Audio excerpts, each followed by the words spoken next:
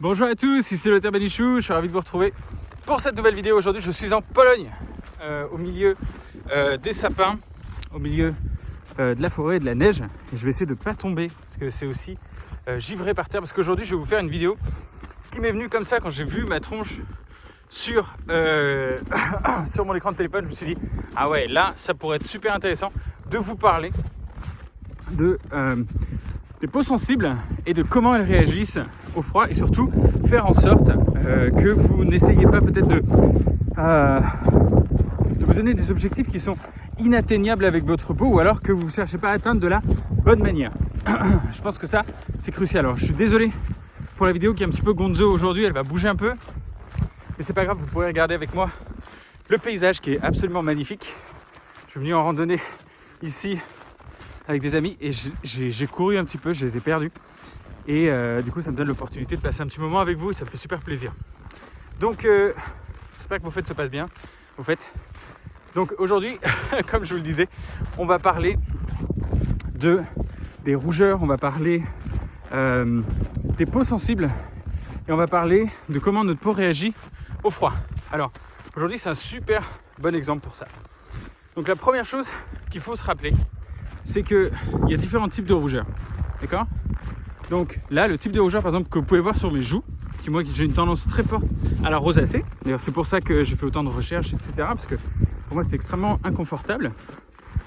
Et ce qu'il faut capter, c'est que vous n'allez pas, si vous avez une peau sensible qui a tendance à rougir au froid ou au chaud, vous n'allez pas, avec des cosmétiques, réussir à avoir une peau qui est parfaitement homogène, d'accord? C'est normal que vous ayez ces rougeurs vasculaires qui continuent de se manifester.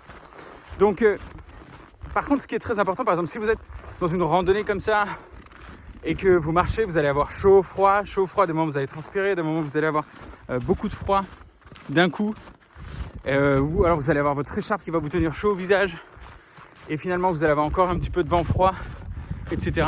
Donc ça, c'est normal que si vous avez une tendance dans votre famille, ou même vous simplement, à avoir une fragilité vasculaire, une sensitivité vasculaire, eh bien vous allez avoir vos vaisseaux qui vont se vasodilater, puis se vasoconstricter, puis se vasodilater. Et généralement, c'est pour ça que on a ces rougeurs qui apparaissent au niveau des joues.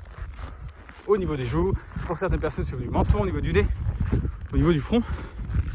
C'est vraiment très classique ces zones-là de la rosacée, mais j'aimerais bien dire simplement de l'érythrose, parce qu'on a qualifié le terme de rosacée parce qu'on a vu des caractéristiques pathologiques qui se développaient autour. Par exemple, alors le rhinophyma, c'est quelque chose de très particulier, mais c'est vraiment des déformations du nez à cause de ces...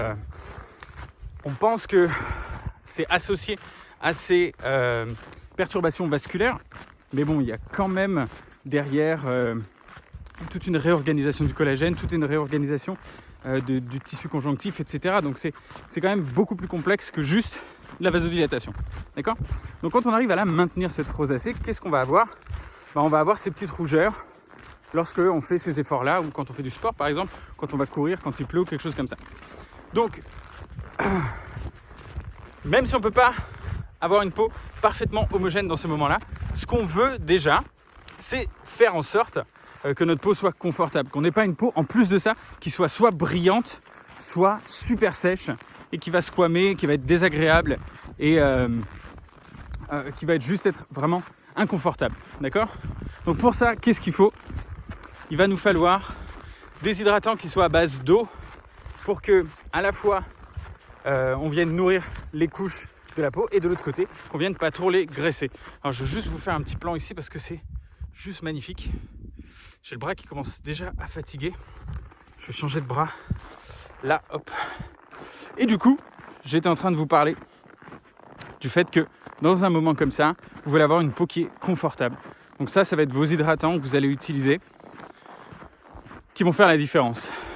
L'autre point qui est super important, si vous voulez aller plus loin, c'est cette question des rougeurs, d'accord? Comment est-ce qu'on travaille sur des rougeurs? Alors déjà, ce qu'on peut faire au niveau cosmétique, par exemple avec de l'huile essentielle d'amamélis ou des choses comme ça, on va pouvoir améliorer un petit peu la texture quand on en met dans nos crèmes hydratantes. Moi, je ne suis pas un grand avocat de ces choses-là. J'ai pas vu beaucoup d'effets sur moi. Donc c'est vrai que ma vision des choses, c'est toujours de tester les choses et de vous en parler uniquement sur des choses qui marchent. D'accord ? Comme ça, Skin Campus a été fondé. Ça a été fondé sur, de la science, mais surtout des choses qui fonctionnent. Donc, vous pouvez essayer si vous le souhaitez. Si vous avez juste des légères rougeurs, ça peut faire vraiment une différence. Donc, vous pouvez le tester pour vous.